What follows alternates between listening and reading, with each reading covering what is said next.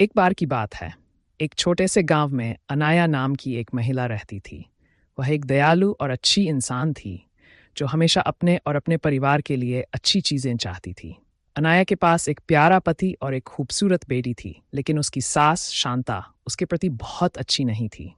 शांता अक्सर घटिया बातें कहती थी और अनाया को दुखी करती थी। एक दिन जब अनाया बाजार में घूम रही थी, तो उसे एक विशेष दुकान मिली। दुकानदार एक बूढ़ा और बुद्धिमान व्यक्ति था। अनाया ने उससे कहा कि वह खुश रहना चाहती है और चाहती है कि उसके साथ अच्छी चीजें हों, भले ही उसकी सास निर्दयी थी। दुकानदार मुस्कुराया और उसे एक अनोखी साड़ी दिखाई। उन्होंने कहा कि यह जादुई साड़ी है और यह उसके जीवन में सौभाग्य और खुशियां लाएगा।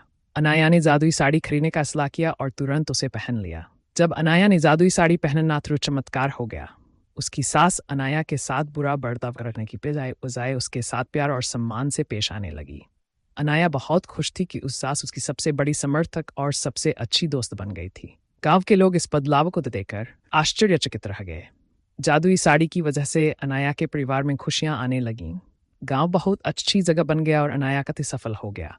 उनका घर हमेशा प्यार से भरा रहता था और सभी का आपस में मेल जोल रहा था। अनाया की बेटी एक प्यारे और देखभाल करने वाले घर में बड़ी हुई और वह बहुत खुश थी।